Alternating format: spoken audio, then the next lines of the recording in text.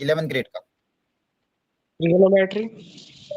नहीं नहीं, trigonometry actually tool है, वो कहीं ना कहीं थोड़ा थोड़ा मिक्स होता है, लेकिन अगर चैप्टर वाइज में बात करूं, देखो वो चैप्टर सबसे हाईएस्ट वेट, देखो जनरली होता क्या है, जेई में लगभग 30 क्वेश्चन आते हैं या फिर 25 क्वेश्चन आते हैं, तो ऑन एन एवरेज एक चैप्टर से एक क्वेश्चन आ रहा है, तो जिस चैप्टर से 2 क्वेश्चन या 2 से ज्यादा क्वेश्चन आ जाते हैं, मतलब वो हाई वेटेज चैप्टर हो जाता है।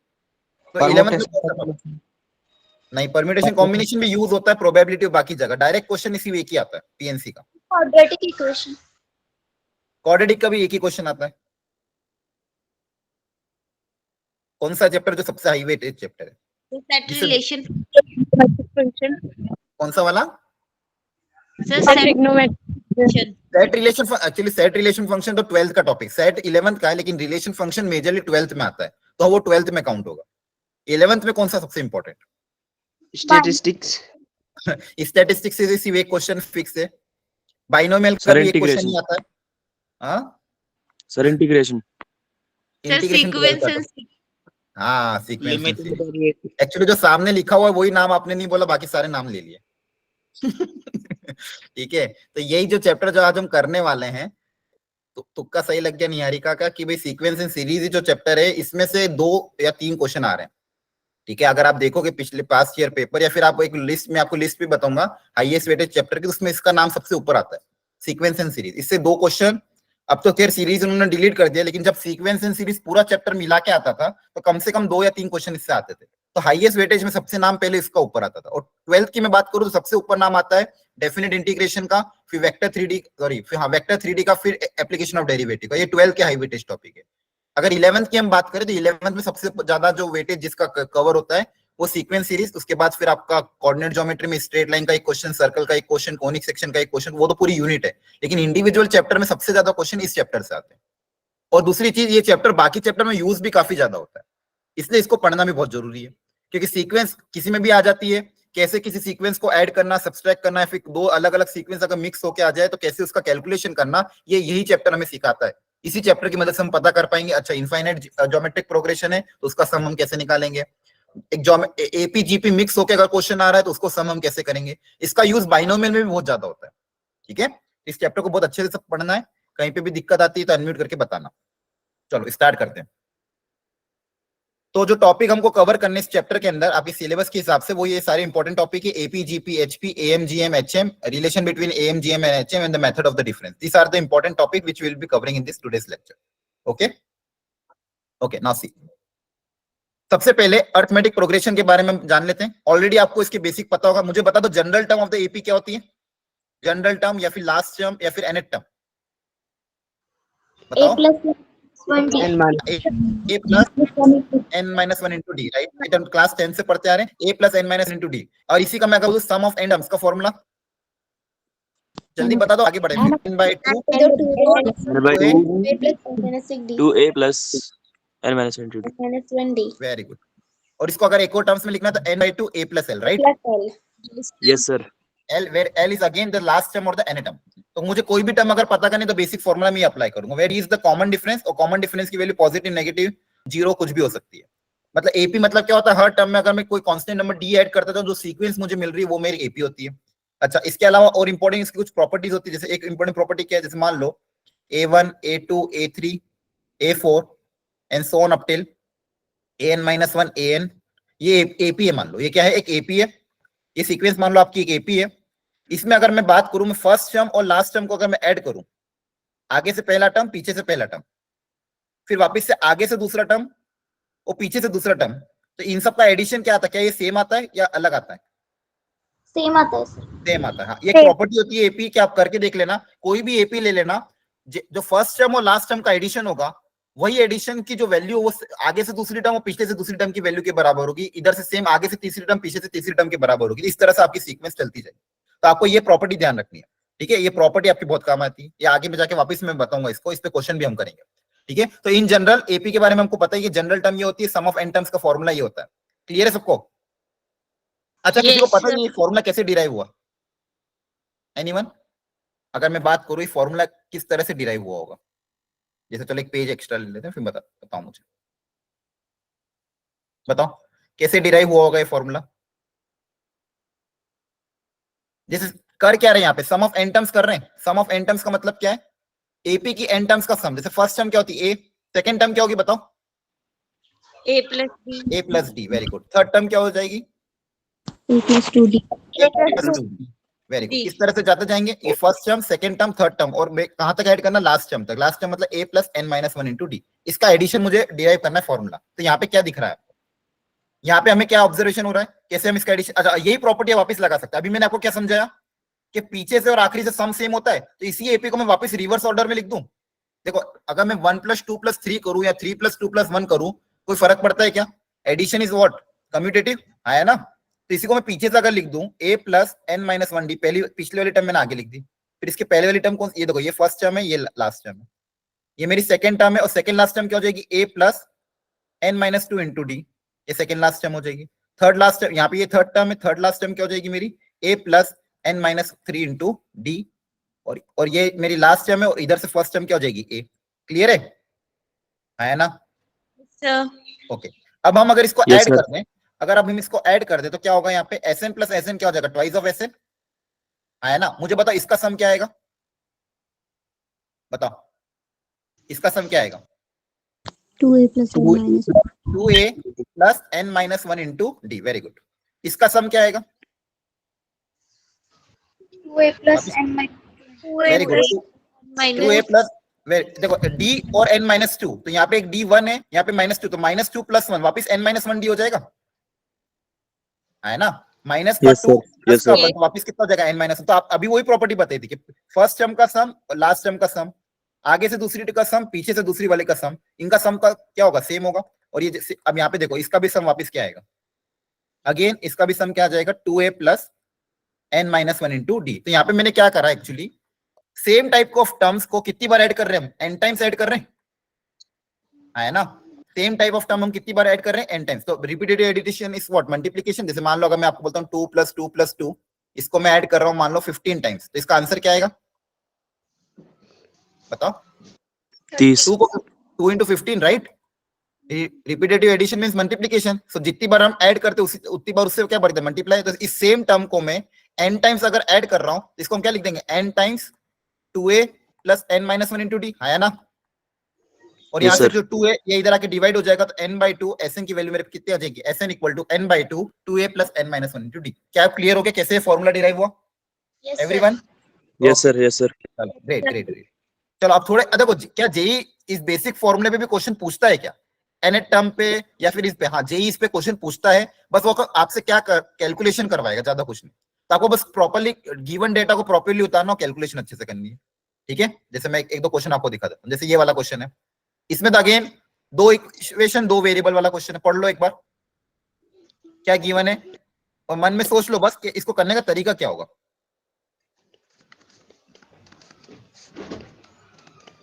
देखो क्या गिवन है, 9th term of the AP is 35, 9th term. So 9th term को लिखने का तरीका जल्दी बता दो, 9th टर्म को कैसे लिखोगे, A plus A plus 8d, very good. a + 8d की वैल्यू गिवन है 35। देखो पूरी कैलकुलेशन नहीं करेंगे, बस तरीका समझा दो फटाफट। 19 टर्म को कैसे लिखोगे, A plus 18D बराबर a + 18d, very good, equal to 75। मुझे पूछा क्या गया है, 28 टर्म मतलब a + 19d की A plus वैल्यू, 19D बराबर वेरी गुड। तो क्या है, दो इक्वेशन दो वेरिएबल को सॉल्व करके मैं a और d पता कर सकता हूँ। एक बार ऐड सब्सट्रैक्ट करना, d आ जाएगा, एक बार ऐड करना तो वो आ जाएगा, है ना। Yes, sir. Yes. बोलो, इन दोनों इक्वेशन को साथ में सॉल्व करके a और d पता करेंगे, यहाँ वैल्यू पुट अप करेंगे, आंसर आ जाएगा। तो एक बेसिक क्वेश्चन था ये, क्लियर है, ओके। Yes, sir. आप करके देख लेना, यहाँ पे सॉल्यूशन मैंने दिया हुआ है, अच्छे से सॉल्व कर लेना इसको। अच्छा अगला क्वेश्चन देखो, अब मुझे बस क्वेश्चन को देख के, अभी क्वेश्चन पढ़ो पूरा सॉल्व मत करना, मुझे बस देख इस क्वेश्चन को देख के बताओ आपका, अब पहली देख के क्वेश्चन को पहला स्टेप दिमाग में क्या आता है कि क्या करें, कैसे सिंप्लीफाई करें। जैसे इस क्वेश्चन को देखा, इसकी वैल्यू जो मुझे निकालनी है, पहली चीज दिमाग में क्या क्लिक करती है, बताओ। Rationalisation. Very sir good, firstly हम ए एंड डी फाइंड करेंगे, जो हमें दो दी हुई है, a = 5, तो यहाँ पे हम वो डाल देंगे, मतलब जैसे कि a + 4d करके यहाँ पे दो इक्वेशंस बन जाएंगी, और उनको सॉल्व करके हमारे पास a की वैल्यू आ जाएगी। हाँ देखो वो तो ठीक है आप करोगे, लेकिन ये रूट रूट देख के क्या दिखा था, किसी बच्चे ने शायद रैशनलाइजेशन बोला था, हाँ है ना, क्या रैशनलाइज करते हैं, यस सर। हाँ। Yes sir. देखो रेशनलाइज, देखो कभी भी हमें कोई भी क्वांटिटी में रूट प्लस रूट दिखता है, रूट माइनस रूट दिखता है, हम क्या सोचते हैं? रेशनलाइजेशन सोचते हैं। बोलो, Yes, Yes. sir. है ना? Yes, तो देखो यहाँ पे यही सेम था, यहाँ पे जैसे ही रूट प्लस रूट दिखा, रूट प्लस रूट दिखा, हर टर्म को रेशनलाइज करेंगे। तो रेशनलाइज कैसे करेंगे? माइनस से, है ना? Yes, root sir. Of a10 minus root of a, तो ऊपर में मल्टीप्लाई कर दूंगा root of a10 minus root of a11। एक बार सब चलो ट्राई करो सब लोग, रेशनलाइज करके सिंप्लीफाई करने की कोशिश करो और देखो एक्सप्रेशन क्या आ रहा है। आई थिंक डिनोमिनेटर सबका सेम आ जाएगा। अच्छा मुझे ये बताओ, एपी में दो कंसेक्यूटिव टर्म को अगर हम सब्सट्रैक्ट करते तो क्या मिलता है? डी। D, very good. अगर मैं a10 माइनस a11 करूंगा तो माइनस डी मिलेगा, a11 माइनस a12 करूंगा तो माइनस डी मिलेगा, राइट? दो कंसेक्यूटिव टर्म को डिफरेंस करने पे क्या मिलता है? डी मिलता है। क्लियर है? चलो सिंप्लीफाई करो एक बार, रेशनलाइज करके देखो, मुझे बताओ आंसर क्या आ रहा है।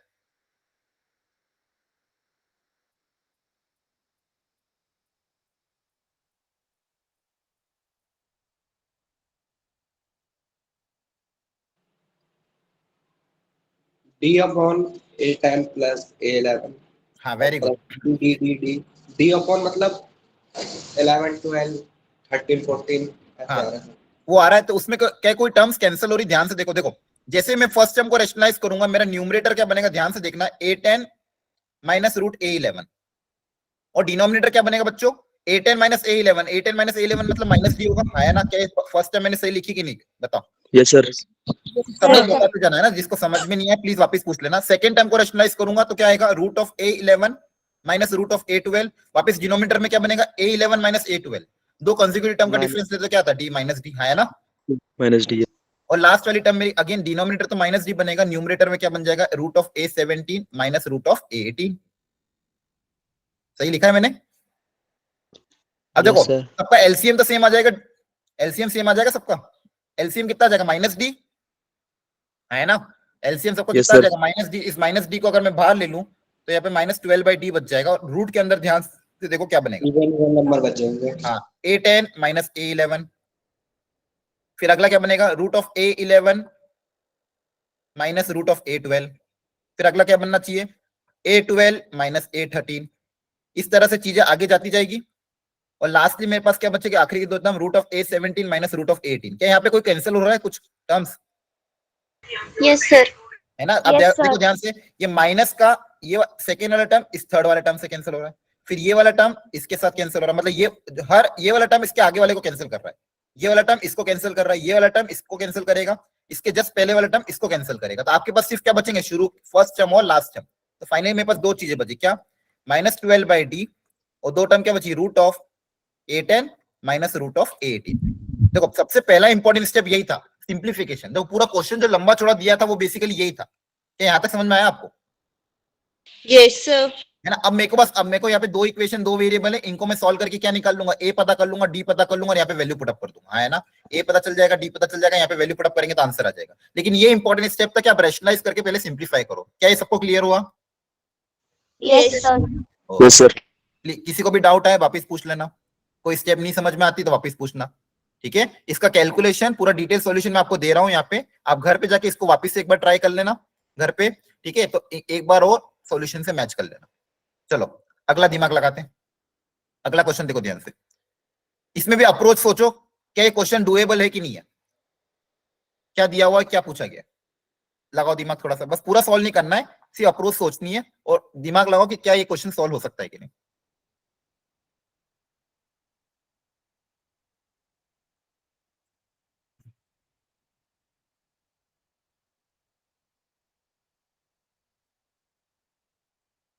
क्या सॉल्व हो पाएगा, या फिर इसमें क्या तरीका अपनाना पड़ेगा? क्या कोई प्रॉपर्टी या फिर क्या?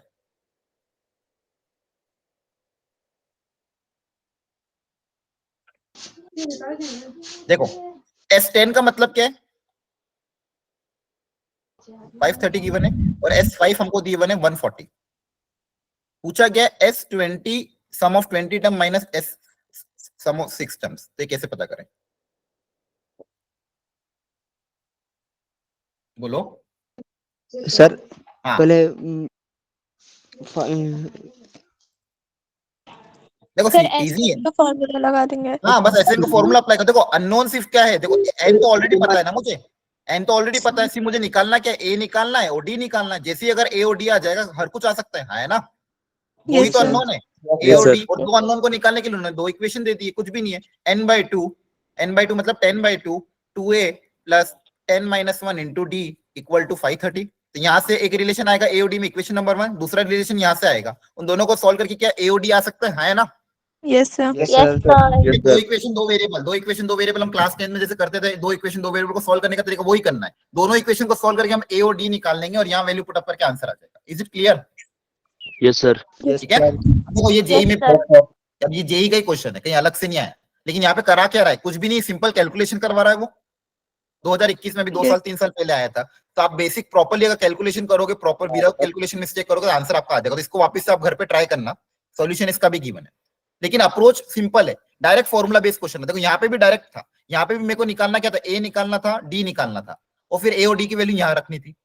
ये 2021-23 में आया था, लास्ट ईयर आया है क्वेश्चन। बस यहाँ पे पहला स्टेप इंपॉर्टेंट था क्या, रैशनलाइजेशन, जो कि हमने रैशनलाइज करके सिंप्लीफाई कर लिया है ना।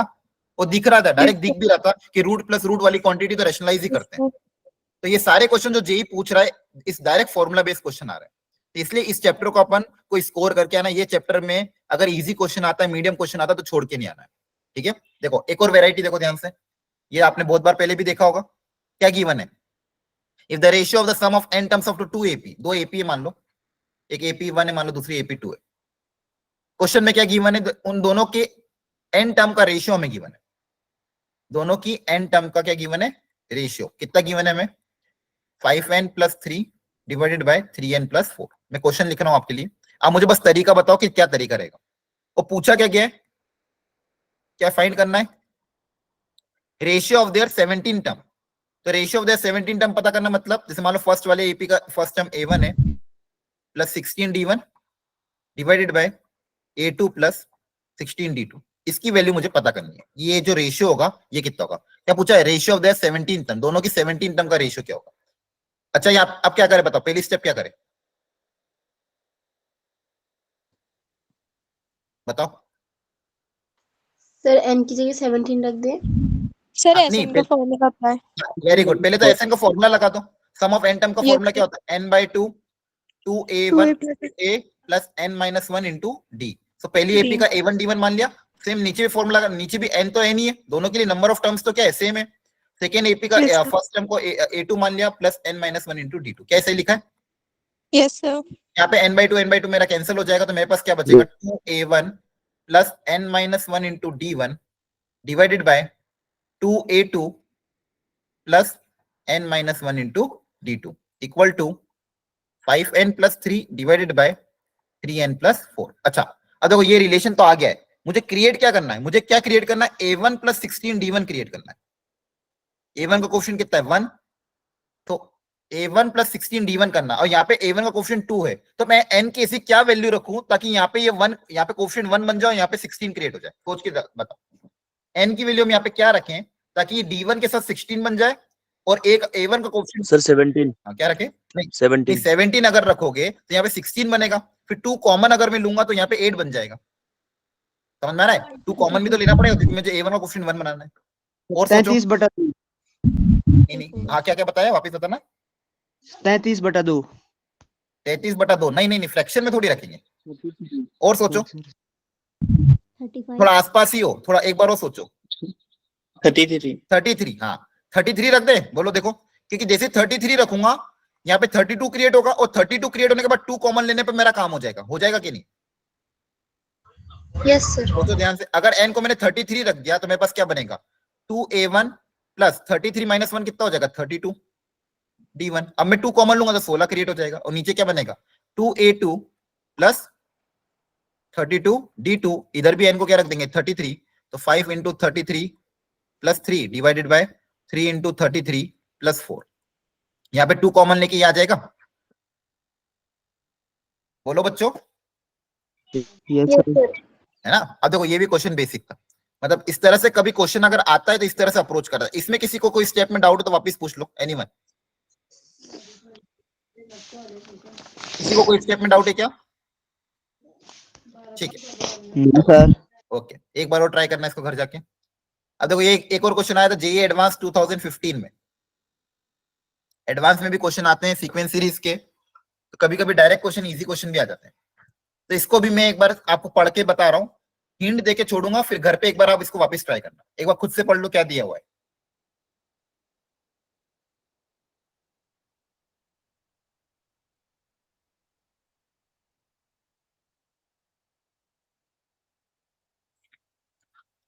क्वेश्चन दिखने में अजीब है, लेकिन ऐसा जरूरी नहीं टफ ही हो, एक बार आप खुद से सोचो।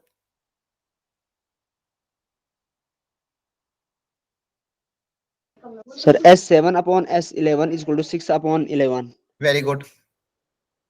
हाँ देखो, जो भी देखो क्वेश्चन अजीब सा दिया हुआ है, लेस देन ग्रेटर देन, अपन आधी टाइम देख के घबरा जाएंगे, लेकिन क्वेश्चन को हमेशा देखते से छोड़ना नहीं, उसको सॉरी उसको पहले अटेम्प्ट करना है, फिर देखना है कि आपसे हो रहा है कि नहीं हो रहा। मुझे पता पहला गिवन डेटा क्या है, the ratio of the sum of first 7 term. क्या बताया था आपने, S7 अपॉन, बताओ बच्चों, S7 S11, right. Ratio of the first 7 term to the first 11 term is given as what, 6/11. 6/11। Very good. अब यहां से हम देखते क्या डेटा आता है। S7 का फॉर्मूला क्या हो जाएगा मेरा, 7 upon 2. 2a plus n minus 1 into D, और नीचे वाला फॉर्मूला क्या हो जाएगा, 11/2 2a प्लस 10d। सही लिखा है मैंने, 10D. Yes, sir. सही लिखा है मैंने, बिल्कुल, है ना। अब यहाँ पे अगर इसको मैं कैलकुलेशन करके देखता हूँ, सिंप्लीफाई करके 2 तो कैंसिल हो जाएगा। अच्छा 11 भी कैंसिल हो रहा है, Yes, sir. है ना। इस 7 उधर जाके अगर डिवाइड हो जाए, ऊपर से भी 2 कॉमन आ जाएगा, a प्लस 3d, नीचे से भी 2 कॉमन आ जाएगा, क्या बचेगा, a A plus plus 5D. 5d, और ये 7 जो ऊपर मल्टीप्लाई था इधर जाके डिवाइड हो जाएगा, तो 6/7 और 2 और 2 भी कैंसिल हो गया। तो मेरे पास रिलेशन क्या आया, a plus 3d divided by a plus 5d is equal to 6/7। अच्छा यहां से भी मेरे पास क्रॉस मल्टीप्लाई करूंगा तो a और d में एक रिलेशन आ सकता है, Yes, sir. ठीक है। तो देखो क्या आ रहा है, यहाँ से भी क्रॉस मल्टीप्लाई करोगे तो कितना आ जाएगा, 7a plus 21d equal to 6a plus 30d। एक बार कैलकुलेशन चेक कर लेना, सब्सट्रैक्ट करेंगे तो a की वैल्यू कितनी आ रही है, बताओ 3D. करो, a कितना आ रहा है, 9D. 9, a कितना आ रहा है, 9 times d। Very good. 9D. क्या एक सबको समझ में आया, Yes, sir. Yes, sir. तो a की वैल्यू मेरे पास 9 टाइम्स d आ रही है। अच्छा अब आगे पढ़ते क्वेश्चन में, देखो ये तो मेरा पहला गिवन डेटा था, ये मेरा पहला गिवन डेटा था जिसको मैंने यूटिलाइज किया। आगे क्या बोला है क्वेश्चन में, आगे पढ़ के देखते हैं आगे क्या गिवन डेटा गिवन है, क्या बोला है आगे बताना मुझे। 7th term lies in between 130 and 140. तो 7 टर्म जो है वो किसके बीच में लाई कर रही है, 130. 130 हाँ 140 के बीच में। वो पूछा क्या गया है, common difference of the AP बताओ। तो 7 टर्म का फॉर्मूला क्या होगा, A plus 6D. हाँ a प्लस 6d। तो a प्लस 6d की वैल्यू 130 और 140 के बीच में लाई कर रही है। अब क्या करें बताओ, d निकालने के लिए क्या करें, सर A की वैल्यू 9D रख देंगे. Very good. a की वैल्यू 9d रख दो, यहाँ पे आइए तो यहाँ पे वैल्यू पुट अप कर दो। तो a की जगह 9d अगर मैं रखूंगा तो 9d plus 6d less than this, तो कितना हो जाएगा 15d, right. Yes, sir. Is between 130 and 140, दोनों तरफ 15 से डिवाइड कर देंगे क्या, Yes, sir. तो 130 अपॉन 15 और 140 अपॉन 15, ये मुझे बताना अप्रोक्सीमेट वैल्यू कितनी आ रही है। और देखो क्वेश्चन में एक लाइन बोली गई है कि all terms of the AP are natural number. इससे आप क्या बताओगे, अगर एपी की सारी टर्म नेचुरल नंबर मतलब ए और डी भी क्या होना चाहिए, Natural. Natural number. Natural sir. हाँ ए और डी भी क्या होना चाहिए, नेचुरल। अब मुझे बताओ अप्रोक्सीमेट वैल्यू कितनी आ रही है, सर 9. 9। मतलब देखो ये वैल्यू भी 9 ये किसी ना किसी के बीच में आएगी। 130 अपॉन 15 करोगे तो अप्रोक्सीमेट कितना आ रहा है, 8 point something, right. Yes sir. Yes, sir. ठीक है, और ये Sir, round 140 off. हाँ राउंड ऑफ करके मतलब डेसिमल निकालना है बेसिक। 130 को अगर आप डिवाइड कर दोगे 15 के साथ तो 8 पॉइंट समथिंग आएगा, राइट। Yes, sir. और 140 को 7 से डिवाइड करोगे तो कितना आएगा, 9 point something. 9 point something. तो 8 पॉइंट समथिंग और 9 पॉइंट समथिंग के बीच में इंटीजर कौन सा है, नेचुरल नंबर 9। तो आपका आंसर कितना आ जाएगा, 9। क्या ये समझ में आया। Yes, sir. Yes. Yes sir. देखो ये जेई एडवांस का क्वेश्चन था, 2015 में आया हुआ था, लेकिन क्वेश्चन को देख के अगर आधी जनता छोड़ देगी क्या ये 7 टर्म इसके बीच में लाई कर रही, पता नहीं आंसर आएगा कि नहीं, अगर ये नेचुरल नंबर बोल रहा है पता नहीं क्वेश्चन टफ होगा। लेकिन हमने क्या करा, गिवन डेटा को उतारा, फॉर्मूला अप्लाई किया। आपके सामने मैंने कुछ भी ऐसी चीज नहीं करी जो आपको ना आती हो। समझ में आ रहा है, सिर्फ बेसिक जो क्लास 10th में भी हमने फॉर्मूला पढ़ा था, 11th में फॉर्मूला पढ़ा, फॉर्मूले को हमने अप्लाई किया। पहला रिलेशन लेके आ गया 1 + 9d, सेकंड रिलेशन अप्लाई किया, वहां पे d में रिलेशन लेके आए और क्वेश्चन में कंडीशन गिवन थी नेचुरल नंबर, वहां से d = 9 आ गया। इसलिए ये बताने का रीजन यही था कि जितने भी क्वेश्चन अभी तक अपन ने प्रीवियस ईयर के जेईई मेंस को, देखो ऐसा नहीं कि हर बार इजी आएगा, बहुत सी बार इजी क्वेश्चन भी आते हैं, तो ऐसे इजी क्वेश्चन को आपको पिकअप करना है। पूरा पेपर जरूरी नहीं पूरा पेपर सॉल्व करो, लेकिन इजी मीडियम क्वेश्चन को छोड़ के नहीं आना, तो ये चीज आपको ध्यान रखनी। अच्छा, एक और वेरायटी आती है क्वेश्चन में, find the 16 term from the end of this AP. तो मुझे अब इसका तरीका बताओ कि इस टाइप के क्वेश्चन को करने का क्या तरीका हो, कि पीछे से 16 टर्म हम कैसे पता करें। ये 2, 6, 10 इस तरह से मेरा आगे जाता जा रहा है 86 तक, फ्रॉम द पीछे से 16 टर्म जो होगा वो कौन सा होगा, टोटल में तो क्या तरीका रहेगा करने का। हाँ बताना वापिस से, सुना इंडिया में को एक बार वापिस बताना, पीछे से 16 टर्म निकालेगा क्या तरीका। सर टोटल निकाल के और फिर 15 टर्म्स निकाल के फिर माइनस कर देंगे दोनों का। नहीं वो बहुत लेंदी तरीका हो जाएगा, एक बहुत आसान तरीका, थोड़ा सोचो। n/2 an plus l। नहीं फॉर्मूला है, विदाउट फॉर्मूला, बेसिक कंसेप्ट। देखो फॉर्मूला याद रहता नहीं पीछे से टर्म का, बेसिक कंसेप्ट सोचो। उल्टी कर देंगे। वेरी गुड, बहुत बढ़िया, एपी उल्टी कर दो। देखो आपको आगे से 16 टर्म का फॉर्मूला पता है, a + 16d होता है। आगे से अगर 16 टर्म पूछता तो मैं क्या बोलता है, a + 15d। मुझे पीछे से पूछा था, आप एपी को क्या कर दो, रिवर्स कर दो। तो मैं क्या कर रहा हूँ, रिवर्स द एपी। तो जैसे मैं हाँ एपी को रिवर्स करूंगा तो क्या बनेगा, पहला टर्म क्या बन जाएगा 86, फिर ऐसे टर्म आते जाएंगे, फिर टर्म क्या बनेंगे 10, 6, 2। कैसे लिखा मैंने? Yes sir. अब निकालो, अब यहाँ से पता कर लो 16 टर्म कौन सी होगी। 16 टर्म का फॉर्मूला क्या बन जाएगा, a + a plus 15d। First term क्या होगी मेरे पास, फर्स्ट टर्म 86। कॉमन डिफरेंस कितना हो जाएगा, minus 4। हाँ 6 में से 10 माइनस कर दो, कितना आ जाएगा, -4 आएगा। Yes sir. अरे हाँ है ना, यहाँ से मेरा आंसर आ जाएगा। क्या ये बात समझ में आ रही है? Yes sir. Yes sir. तो सबसे आसान तरीका क्या, उल्टा कर दो एपी को, उल्टा कर दो, फिर जो भी पूछा निकाल लो, तो कभी कोई गलती होगी नहीं। इसमें बहुत सी बुक्स में फॉर्मूला भी दिया रहता है, लेकिन फॉर्मूला जनरली हम भूल जाते हैं। तरीका ये हमेशा याद रहेगा, पीछे से अगर कुछ भी पूछा तो एपी को ही उल्टा कर दो, पता कर लो। ठीक है, अब ये ध्यान रखना। चलो आगे, ऐसे भी क्वेश्चन आते कभी कभी, एसएन दिया, एक मिनट रुको, मैं आपको पहले एक ब्लैंक स्लाइड ऐड कर देता हूँ। आपको कभी कभी क्या देते हैं, एसएन देते हैं, एसएन देके पूछते हैं टीएन बताओ। तो इस टाइप के क्वेश्चन को करने का क्या तरीका होगा, बताओ। अगर एसएन दिया हो, वो पूछा टीएन की वैल्यू क्या होगी, कोई फॉर्मूला होता है एसएन की मदद से टीएन निकालने का? Tn = Sn - Sn - 1। हाँ वेरी गुड। देखो इस क्वेश्चन को करने के दो तरीके हैं, इस क्वेश्चन को करने के दो तरीके हैं। पहला तरीका समझते हैं अच्छे से। देखो एसएन की वैल्यू आपके पास गिवन है कितनी, क्वेश्चन अच्छे समझना। कोई भी एक सीक्वेंस है, कोई भी सीक्वेंस के लिए, ऐसा जरूरी नहीं एपी हो या फिर जीपी हो, कोई भी सीक्वेंस के लिए क्वेश्चन दिया गया कि कोई भी एक सीक्वेंस है, उसके SN sum of n terms का फॉर्मूला जो बन रहा है वो इस तरह से बन रहा है। वो पूछा गया इसकी जनरल टर्म nth टर्म क्या होगी, इसकी जनरल टर्म nth टर्म क्या होगी। तो इसको करने के दो तरीके हैं। पहला तरीका क्या है कि अगर मान लो आपको लास्ट टर्म पता करनी है, क्या पता करनी, लास्ट टर्म, इसको हम बोलते हैं लास्ट टर्म या फिर nth टर्म या फिर जनरल टर्म। तो अगर आपको ये लास्ट टर्म पता करनी है तो इसके लिए बेसिक तरीका है कि शुरू की n टर्म में से शुरू की n - 1 टर्म सब्सट्रैक्ट कर दो। सम ऑफ n टर्म में से शुरू की n - 1, अगर मान लो टोटल 10 टर्म है तो 10 में से शुरू की 9 टर्म में हटा दूंगा तो क्या बचेगा, 10th टर्म बचेगा, है ना, लास्ट टर्म ही तो बचेगा। बोलो yes Yes sir। अरे बात समझ में। मान लो टोटल 15 टर्म से, तो शुरू की 15 टर्म के सम में से शुरू की 14 टर्म का सम में अगर माइनस कर दूं, एसएन में से एसएन -1 माइनस कर दूं, तो मेरे पास हमेशा क्या बचेगा, 15 टर्म या फिर लास्ट टर्म बचेगी। क्या ये समझ में आ रहा है? Yes sir। हाँ, अब एसएन तो मुझे क्वेश्चन में गिवन था 5n² + 3n। मुझे ये बताओ एसएन -1 की वैल्यू कैसे निकालें, एसएन पता तो एसएन -1 कैसे निकालें? Sir 5n - 1 square plus very good, 3n। बहुत बढ़िया।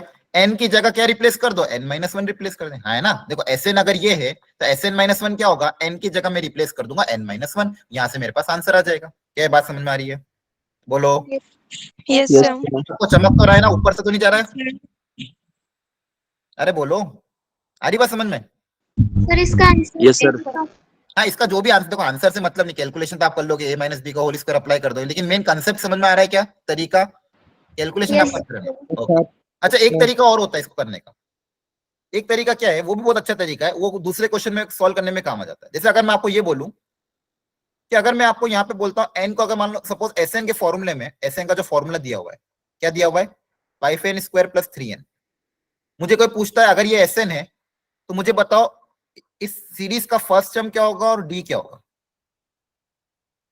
पूछते हैं अगर ये एपी है मान लो और ये एसएन दिया हुआ उसका, तो उसका फर्स्ट टर्म और डी क्या होगा, तो कैसे निकालेंगे बताओ। फर्स्ट टर्म 8 होगा हाँ लेकिन कैसे निकाला? सर। इस जो पहला टर्म होगा 1 n इक्वल टू 1 वेरी होगा, गुड, तो वो पहला ही वेरी गुड। इसने क्या करा बच्चे ने, सही बताया आपने कि n को 1 रख दिया। n को इसमें 1 रखने पे मुझे जो वैल्यू मिलेगी वो किसकी मिलेगी, s1 की मिलेगी। अच्छा sn का मतलब बेसिकल मतलब क्या होता है sn का? sn means what, sum of n terms. Yes, sir. Sum of n term, sn का बेसिक मतलब क्या होता है, सम ऑफ n टर्म्स। अगर मैं s को 1 रख देता हूं, s1 की वैल्यू मेरे पास आ जाएगी 8, तो सम ऑफ 1 टर्म, तो सम ऑफ 1 टर्म मतलब बेसिकली एक फर्स्ट टर्म ही तो होगा, हाँ है ना? यस सर, यही बात समझ में, बोलो क्लियर है? Yes sir. अब मान लो मैं n को 2 रख देता हूं, n को अगर मैं 2 रखूं मेरे पास क्या आ जाएगा, h2। तो h2 की वैल्यू कितनी आ जाएगी, यहाँ पे 2 रखोगे तो 4 5 20, 20 प्लस 3 26 आई थिंक, देख लेना एक बार। अब h2 का मतलब क्या है, sum of First and second. Sum of two term मतलब first term plus second term. तो sum of first term plus second term की वैल्यू कितनी आ गई 26। तो फर्स्ट टर्म ऑलरेडी मुझे पता है 8 है, यहाँ से सेकंड टर्म आ जाएगा, सेकंड टर्म कितना आ जाएगा 26 minus 8 that is what 18 right. तो फर्स्ट टर्म पता है, सेकंड टर्म पता है, फर्स्ट टर्म पता है, सेकंड टर्म पता है, क्या डी निकल जाएगा, दोनों को Yes, yes. सब्ट्रैक्ट करेंगे तो डी आ जाएगा, डी की वैल्यू कितनी आ जाएगी 10 आ जाएगी। तो फर्स्ट टर्म की वैल्यू 8 है, डी की वैल्यू कितनी आ गई 10 आ गई। आगे बात समझ में? तो ये भी चीज ध्यान रखना, ये जो एसएन का फॉर्मूला होता है उसमें आप एन की वैल्यू रख रख के भी चीजें कॉन्सेप्ट क्लियर कर सकते हो। तो ये दोनों तरीके ध्यान रखना, ठीक है? किसी को डाउट हो तो प्लीज पूछ लेना वापस से। चलो आगे बढ़ते हैं।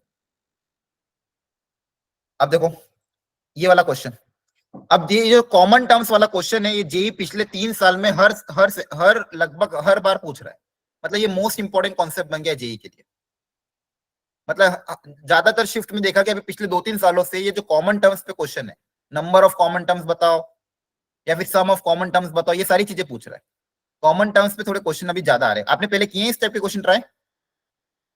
बोलो। ठीक है चलो अब मिलके ट्राई करते हैं। यहाँ पे मेरे पास 2 एपी गिवन है, ध्यान से मेरा क्वेश्चन पढ़ लो एक बार। पहली एपी क्या गिवन है, 3, 6, 9, 12 up to how much 78 terms.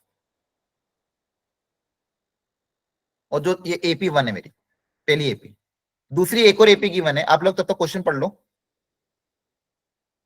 Second AP कहां से गिवन है, 5, 9, 13, 17 and so on up till 59 terms. तो पूछा गया है कि जो कॉमन टर्म्स बनेगी उसका सम पूछो, बताओ। तो जनरली तो ये पूछते हैं नंबर ऑफ कॉमन टर्म्स बताओ। क्या पूछते हैं, नंबर ऑफ कॉमन टर्म्स। तो देखो यहाँ पे 2 कॉन्सेप्ट अप्लाई करने, बहुत ध्यान समझना। कभी कभी क्वेश्चन आएगा कि भाई इसके अंदर कितनी कॉमन टर्म्स होगी वो बताओ, या फिर पूछेंगे वो जो कॉमन टर्म्स है उसका सम बताओ, या फिर पूछेंगे 5th कॉमन टर्म क्या है, 7th कॉमन टर्म क्या है। मतलब इस तरह से कॉमन टर्म्स पे अलग अलग तरह के क्वेश्चन पूछ सकते हैं। लेकिन हर क्वेश्चन को सॉल्व करने का एक ही बेसिक तरीका है। पहला तरीका क्या है, आप कॉमन टर्म्स में ए और डी पता करो पहले। जो भी कॉमन टर्म्स बनेगी उसके लिए मुझे क्या पता करना है, ए पता करना है, डी पता करना है और नंबर ऑफ कॉमन टर्म्स पता करना है। ये 3 चीज मुझे पता करना है। क्या बात समझ में आ रही है? Yes, Yes, sir. Common terms की सीरीज बनेगी उसके लिए मुझे इन तीनों चीजों को पता करना। क्या मुझे आप बता सकते हो ए क्या होगा, देख के बताओ। 3 and 5. हाँ ए की वैल्यू कितनी होगी, ए 4 3. नहीं ए पूछ रहा हूँ। ए मतलब फर्स्ट कॉमन टर्म। पहला कॉमन टर्म कौन सा दिख रहा है, 9। Very good, 9. हाँ 9। ए मत देखो, कॉमन टर्म्स की जो सीरीज होगी उस कॉमन टर्म की सीरीज का पहला कॉमन टर्म कौन सा होगा, देखो 9 दिख रहा है। दोनों सीरीज में कॉमन टर्म कौन सा, देखो क्वेश्चन का मतलब क्या है, ये 2 तरह की सीरीज है, इसमें कुछ टर्म कॉमन होंगे मतलब इक्वल होंगे। जैसे पहला कॉमन टर्म क्या है 9, आगे कोई ना कोई एक और कॉमन टर्म आएगा, फिर कोई ना कोई कॉमन टर्म आएगा, लास्ट में कोई ना कोई कॉमन टर्म आएगा। आ रही बात समझ में? Yes, sir.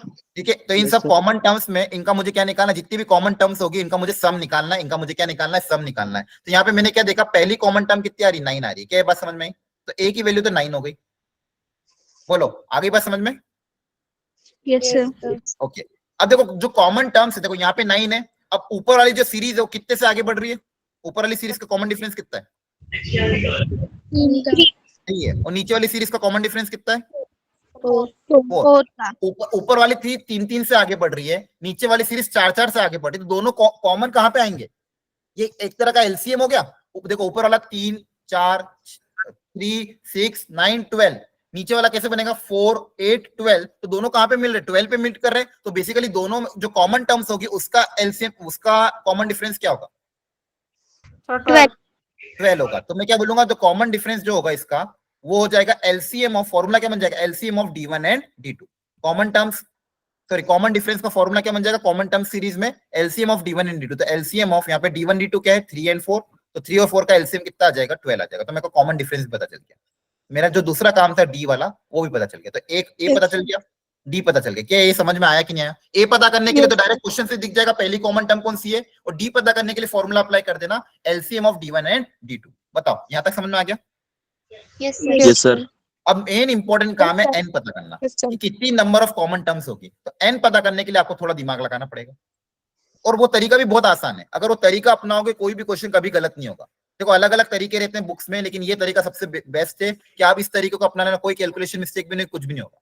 बस इस तरीके को याद कर लो कैसे भी करके। ए पता करने का आसान तरीका देख लो भाई, पहला कॉमन टर्म कौन सा है। डी पता करने का फॉर्मूला क्या है LCM of D1 and D2। अब एन पता करने के लिए हम क्या करेंगे वो मैं बता रहा हूँ। यहां तक में कोई डाउट हो तो पहले पूछ लो एनीवन। एनीवन इसमें यहां तक किसी को कोई डाउट है?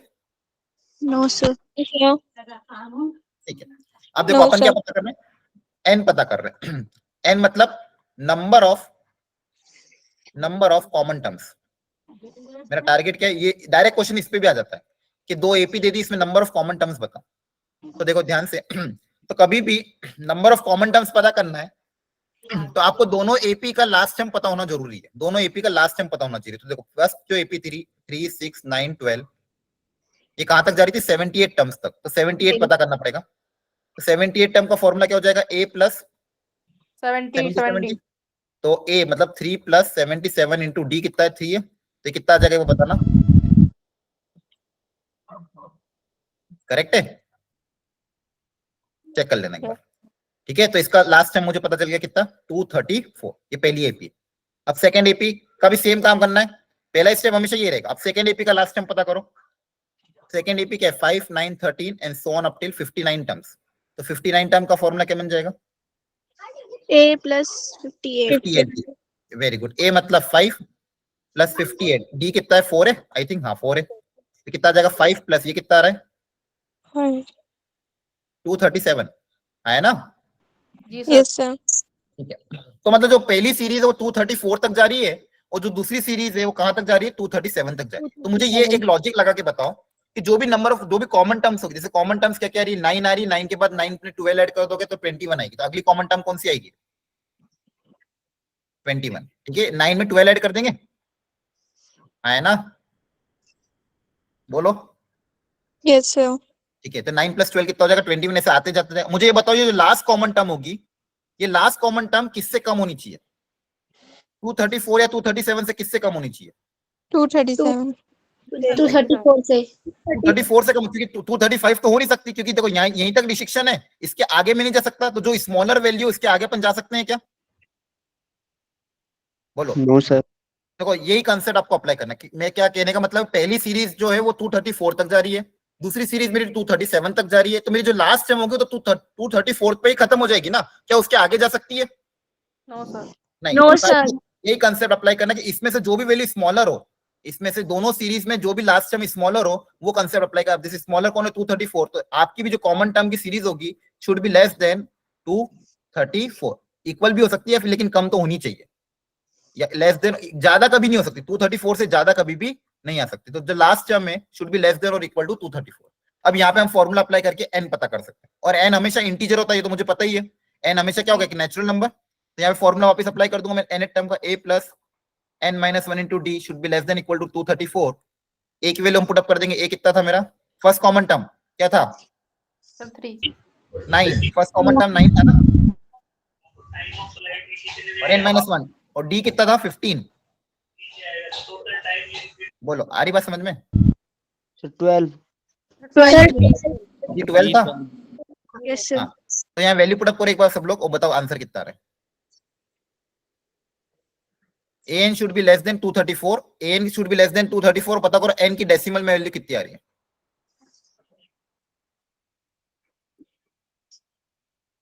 यहाँ पे सेकंड कंसेप्ट क्या अप्लाई कर दिया, an should be less than smaller value, जो दोनों में से जो छोटी वैल्यू होगी उससे कम।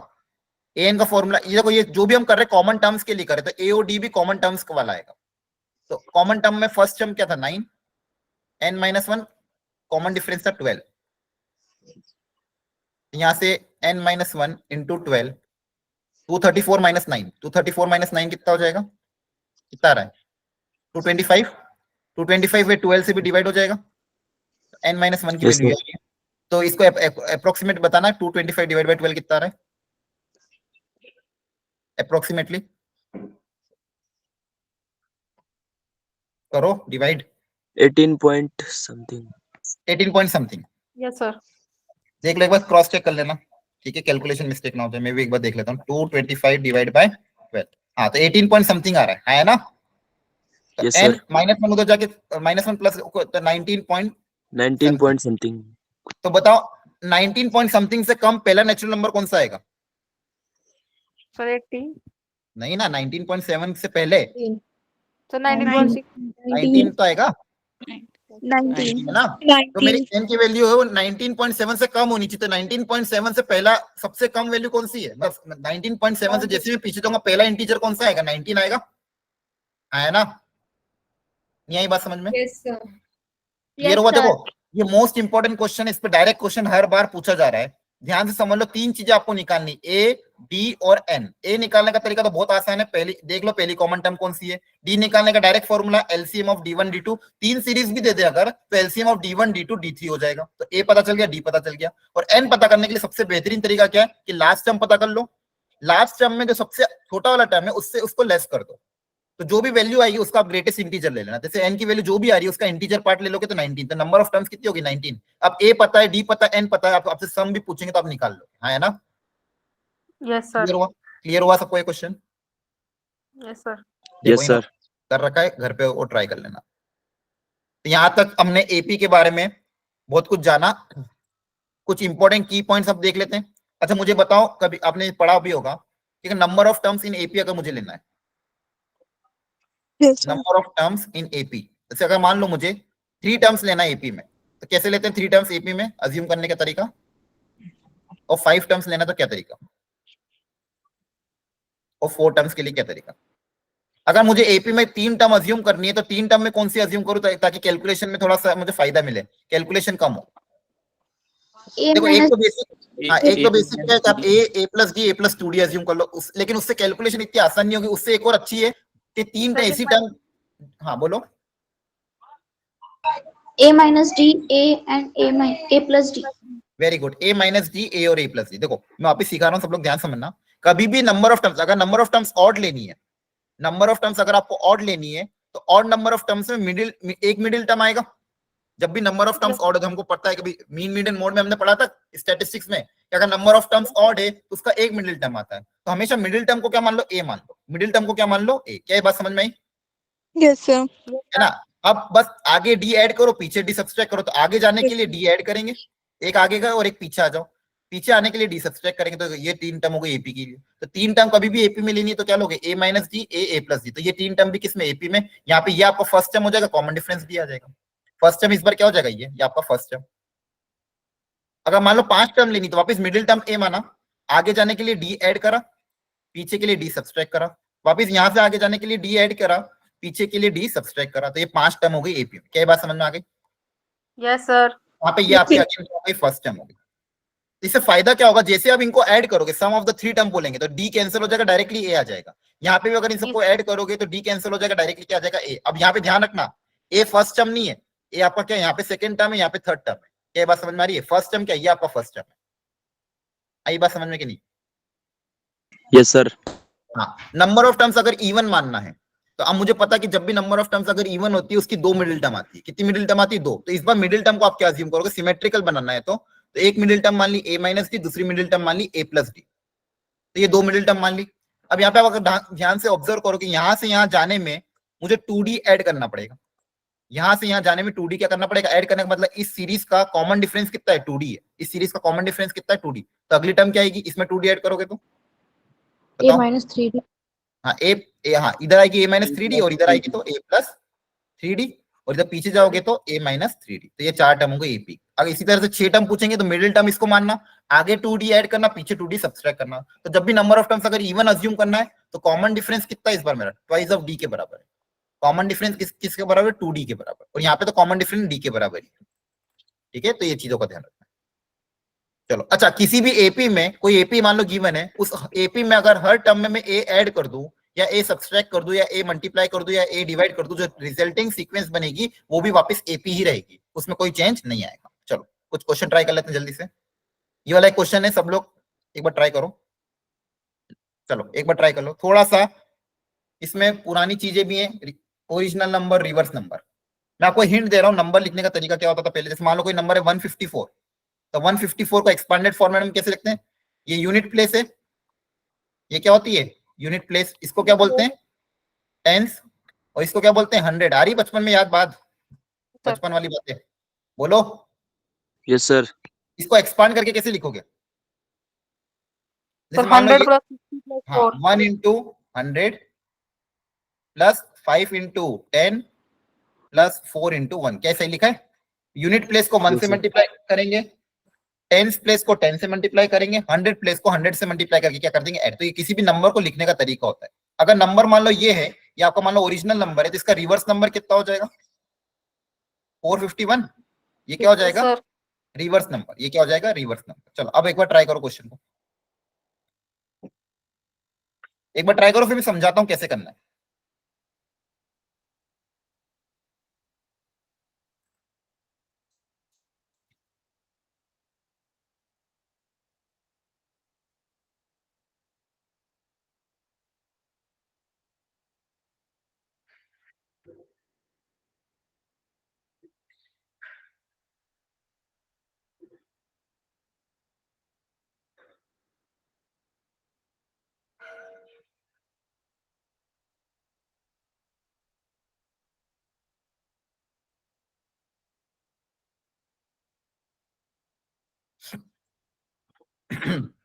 देखो चलो मैं भी कर रहा हूं, आप भी ट्राई करते रहो, तब तक मैं समझा रहा हूं, जिसको समझ में नहीं आ रहा वो भी समझ लेना।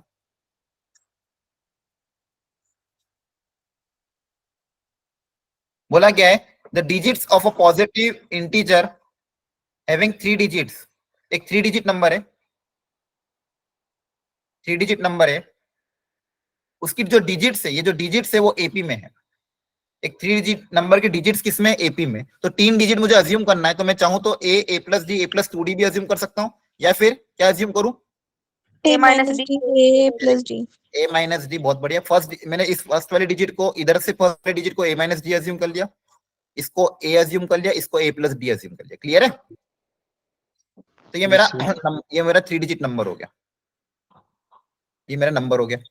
ठीक है, अगर इसको एक्सपांडेड फॉर्मेट में लिखना है तो एक्सपांडेड फॉर्मेट में लिखने का तरीका क्या है बताओ। 100 इंटू क्या लिखूंगा, a minus d हाँ ए माइनस डी। देखो ये यूनिट प्लेस, ये टेंस प्लेस, ये 100 प्लेस, फिर आगे क्या लिखूंगा plus 10 a 10 into 10 into A, last में 1 into A plus A plus D. तो ये मेरा क्या है ओरिजिनल नंबर, इसको क्या बोलता हूं मैं ओरिजिनल नंबर। ओके अच्छा मुझे बता दो, इसी में रिवर्स नंबर पूछता मैं, तो रिवर्स नंबर में क्या हो जाता, ये ए प्लस डी आगे आ जाता, yes sir ये तो वही रहता है, यहाँ पे ए माइनस डी हो जाता। अब इसको एक्सपांडेड फॉर्मेट में कैसे लिखता, 100 into a plus d D, very good, 10 into A plus 1 into A minus D. क्या सही लिखा है, yes sir yes sir। ये मेरा ओरिजिनल नंबर, ये मेरा रिवर्स नंबर है। ठीक है यहाँ तक तो।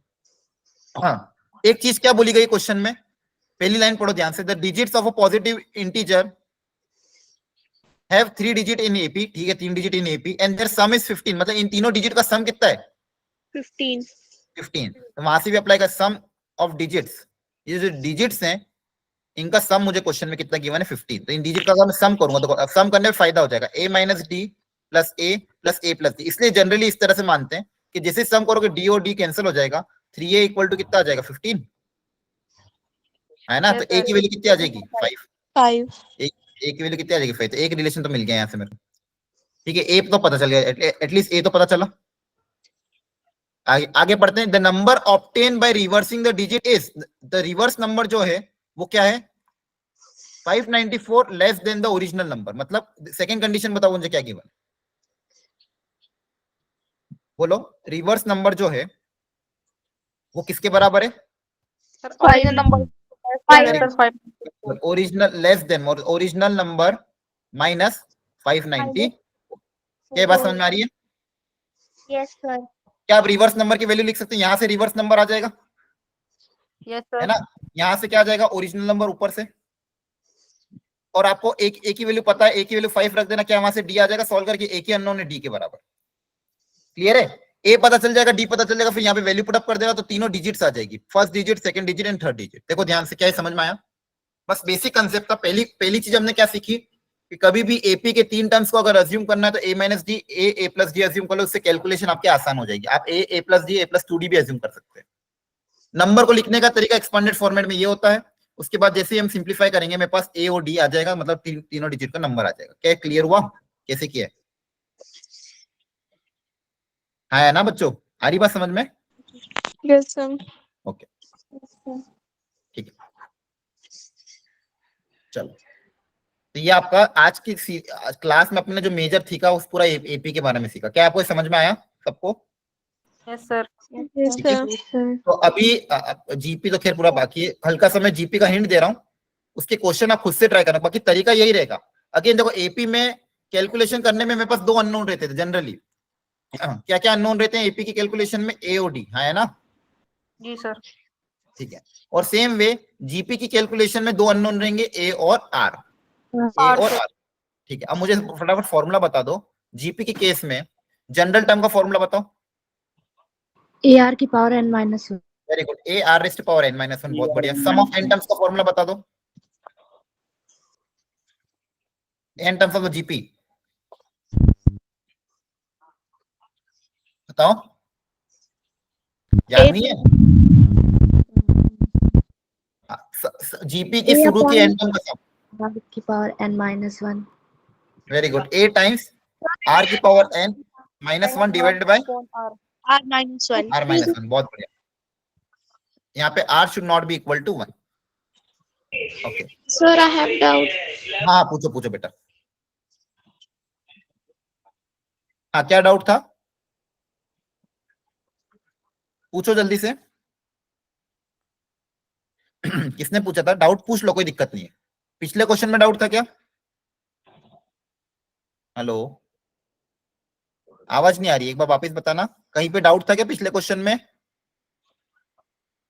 शायद वॉइस ब्रेक हो गई, अगर वापस आता है तो वापस बता देना, ठीक है? तो देखो, पहला फॉर्मूला जनरल टर्म का, second formula sum of n term का, और तीसरा एक और फॉर्मूला था sum of infinite term.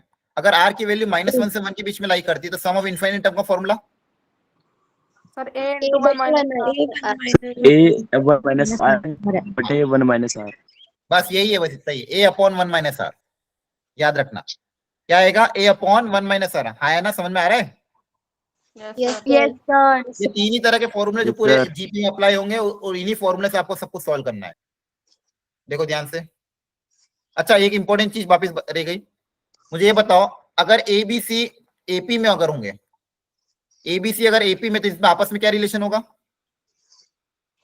b equals to a plus Sir, ratio, very common good, ratio. 2b equal to a plus C. हाँ, अगर AP में है तो कॉमन डिफरेंस सेम होगा, b माइनस ए की वैल्यू c माइनस बी के बराबर होगी, तो वहां से क्या रिजल्ट आ जाएगा? Twice of middle term equal to first term plus last term. उसी तरह से अगर एबीसी मान लो अगर जीपी में है तो क्या रिलेशन आएगा? b स्क्वायर बराबर B a। equals to AC. Very good, middle term का स्क्वायर कॉर्नर टर्म के प्रोडक्ट के क्या होगा? बराबर होगा। तो बेसिक चीज तो ये भी ध्यान रखना,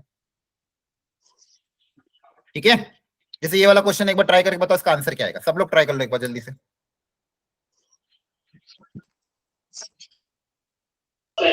एक्सक्यूज मी सर। हाँ बोलो बोलो। Sir can you explain the last question of AP? Okay okay, मैं वापस एक्सप्लेन करता हूँ। हाँ हाँ, मैं वापस एक्सप्लेन करता हूँ। एक बार ये वाला क्वेश्चन ट्राई कर लो, फिर इसके बाद वो वाला क्वेश्चन एक्सप्लेन कर दो। Okay sir.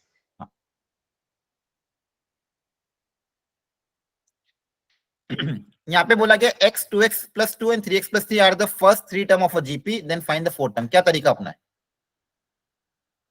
अभी बताया था, बताओ एनीवन, क्या तरीका अपनाएंगे इसको सॉल्व करने का? ये जो टर्म्स है ये जीपी में, तो जीपी में है तो हम क्या करेंगे बताओ? B square equals to B square is equals to AC. हाँ वेरी गुड, बस मिडिल टर्म का स्क्वायर, तो बी स्क्वायर मतलब ये 2x plus 2 2x का plus square 2 का equals to square. x into 3x plus 3. Very good. यहाँ से सॉल्व करके पता करो एक्स कितना आ रहा है।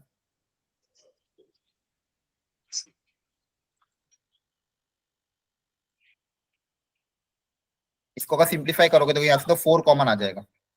x प्लस 1 का होल स्क्वायर कितना हो जाएगा? Sir, x equals to -1 and -4. -1 and -4 आ रहा है, ठीक है, एक बार चेक कर लेते हैं। Yes, sir. X equal to -1 and -4. यहाँ पे कितना आएगा? 3x स्क्वायर, यहाँ पे आ जाएगा 3x, तो x स्क्वायर का टर्म आएगा 8 माइनस 3 5x। हाँ, तो यहाँ पे ब्रेक हो जाएगा आसानी से 4x प्लस x में, दो फैक्टर बनेंगे x प्लस 1 x प्लस 4, तो x की दो वैल्यू आ रही है 1 एंड -4, ठीक है। तो एक बार 1 रख के देखना, तो 1 रख के देखोगे तो शुरू की 3 टर्म क्या बनेगी बताओ? 1 कॉमा 4 कॉमा, देखो ध्यान से 6 बनेगी, राइट? 6, yes sir. और एक बार x को अगर -4 रख देंगे तो देखो चेक कर लेते हैं, -4 रखने पे -4 कॉमा -4 अगला कितना आएगा? -6 -6 -9 -9 आएगा, ठीक है। तो क्या ये जीपी है?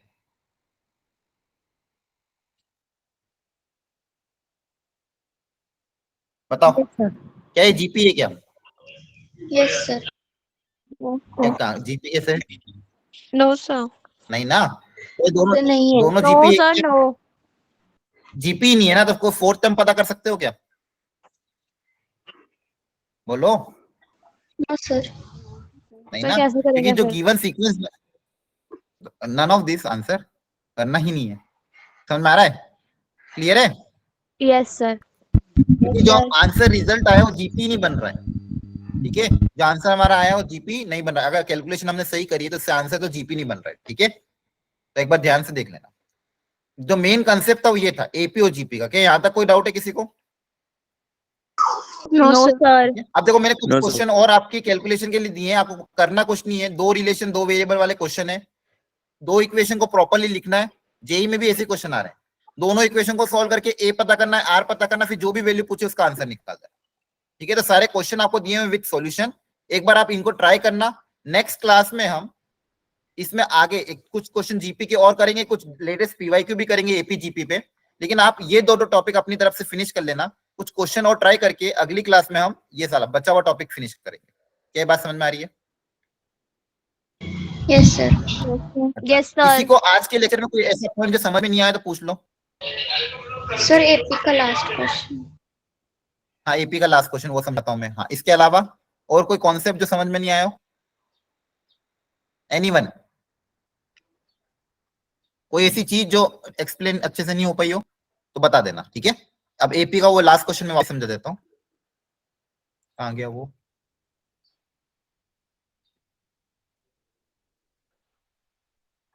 ये वाला नंबर आया ना? यही क्वेश्चन पूछा था आपने? Yes, sir. हाँ, अब देखो यहाँ पे क्वेश्चन को ध्यान से पढ़ो। बोला क्या क्या, इसको मैं बाकी टेम्स को हटा देता हूँ। पहली लाइन पढ़ो, the digits of a positive integer having 3 digit number are in AP. तो एक नंबर है जिसकी तीनों डिजिट किसमें है? एपी में। तो 3 डिजिट का नंबर है, 3 डिजिट नंबर है, उसकी जो तीनों डिजिट है वो एपी में है। तो तीनों डिजिट यहाँ पे मैंने डिजिट्स बना दी, first digit, second digit, third digit. अगर वो एपी में, तो एपी में 3 टर्म अज्यूम करने का तरीका क्या होता है? ए minus D, A plus D. तो मैंने तीनों टर्म को अज्यूम कर लिया। क्या ये समझ में आया? Yes, बोलो। sir. हाँ, अब मुझे पता है कि कोई भी नंबर को अगर एक्सपांड करके लिखना है, प्रॉपर तरीके से लिखना है, उसकी वैल्यू अगर लिखना है तो उसको एक्सपांड करने का तरीका क्या होता है? 100 प्लेस को 100 से मल्टीप्लाई करेंगे, 10 प्लेस को 10 से मल्टीप्लाई करेंगे और यूनिट प्लेस को यूनिट से मल्टीप्लाई करके ऐड कर देंगे। इससे इस पूरे नंबर को हम लिख सकते हैं, है ना? हाँ सर। ठीक है। तो ये जो वैल्यू आएगी यहाँ से, ये वो ओरिजिनल नंबर की वैल्यू आएगी। जैसे यहाँ से अगर आप देखोगे 100 है, यहाँ से 10 आ रहा है, तो 100 प्लस 10 प्लस 1 तो 111 ए।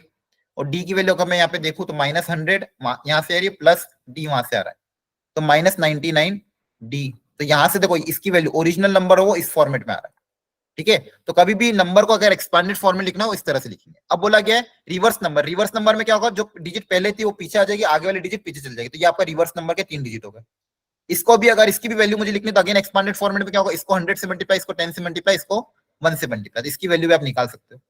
ठीक है, यहाँ पे भी अगर आप देखोगे तो 111A और 100D माइनस डी तो प्लस 99D, तो ये इसकी वैल्यू हो गई। तो ओरिजिनल नंबर पता चल गया, रिवर्स नंबर पता चल गया। अब क्वेश्चन में अगली कंडीशन क्या गिवन थी, देखो ध्यान से, the original number, the number obtain by reversing, the reverse number जो होगा इस 594 less than the original number. तो रिवर्स नंबर ओरिजिनल नंबर से 594 क्या है, कम है, लेस देन मतलब कम है। अब यहाँ वैल्यू पुटअप कर देंगे, रिवर्स नंबर कितना आ रहा था 111A plus 99D, original number कितना आ रहा था 111A, चेक कर लेना एक बार कैलकुलेशन, माइनस 99D माइनस 594। अब यहाँ से मेरे पास क्या आ जाएगा, डी आ जाएगा, इसको सॉल्व करके क्या आ जाएगा, डी। ए ऑलरेडी पता था, डी पता चल गया। अब ए और डी की वैल्यू अगर मैं यहाँ पे रखूंगा तो मेरे पास नंबर आ जाएगा, ए और डी की वैल्यू यहाँ पे रखूंगा तो मेरे पास क्या आ जाएगा, नंबर। देखो ध्यान से इन्होंने भी यही किया, सबसे पहले ए पता कर लिया, सम ऑफ द डिजिट 15 दिया हुआ था, तो वहां से उनको सम करके ए पता करा, तो ए की वैल्यू 5 आ गई। तो फिर रिवर्स नंबर को ओरिजिनल नंबर से 594 माइनस कर देते, वहां से डी की वैल्यू -3 आ गई। अब ए और डी की वैल्यू यहाँ पे रख देंगे हम, जैसे ए और डी की वैल्यू मैं यहाँ रखूंगा मेरे पास नंबर आ जाएगा। क्या बात समझ में आ गई? Yes sir. ओके, एक बार और ट्राई कर लेना, सारे सॉल्यूशन भी मैंने किए हुआ है। तो अपना नेक्स्ट क्लास का टारगेट क्या है, अर्थमेटिक मीन, ज्योमेट्रिक मीन और हार्मोनिक मीन, इनके बारे में हम पढ़ेंगे, मेथड ऑफ डिफरेंस पढ़ेंगे। तब तक आज जो अपने कर लिया है, आप इसके क्वेश्चन अपने एंड पे ट्राई कर लेना, जो भी आपके पास मटेरियल अवेलेबल हो, मॉड्यूल हो, बुक हो, वहां से एपी और जीपी के क्वेश्चन सॉल्व एग्जांपल ट्राई कर लेना। क्लियर है? ओके, तो आज के लिए इतना ही रखते हैं।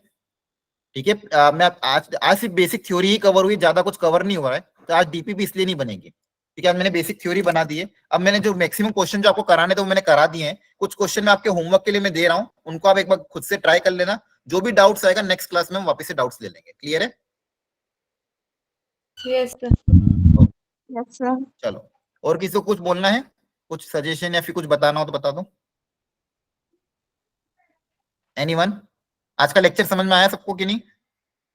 Yes sir. Yes sir. Okay okay, ठीक है बच्चों, तो अच्छे से पढ़ लेना और इस चैप्टर को आज ही निपटा लेना।